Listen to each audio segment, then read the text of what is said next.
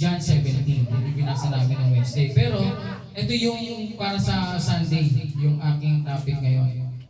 Sa Matthew 7, verse 24 to 27. Matthew 7, chapter 7, verse 24 to 27. Sabi dito, kaya ang bawat nakikinig ay nagsasagawa ng mga salita kong ito ay maitutulad sa isang taong matalino.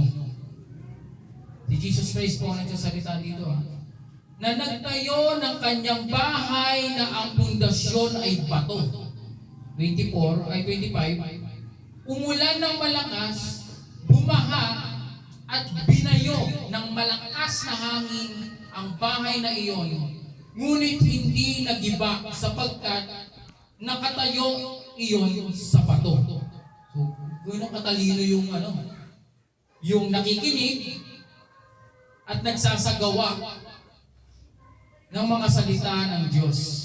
Matalino. Ito, number 26. At ang bawat nakikinig ng aking salita, ngunit hindi naman nagsasagawa ng mga ito, ay maitutulad naman sa isang taong hangal na nagtayo naman ng kanyang bahay sa buhanginan. 27, umulan ng malakas, bumaha at binayo ng malakas na hangin ang bahay. Ito ay bumagsak at lubusang nawasak. So, hindi pala basta nakikinig lang okay na. Dapat kung naikinig ka, nagsasagawa ka para ikay isang maging matalino. Katulad ng topic ko nung last Sunday, yung parable naman ng sower, yung nagtanim. Naghasik siya ng binhi, nalaglag sa kalsada, sa mga daan, nakapakan, kinuha ng mga ibon.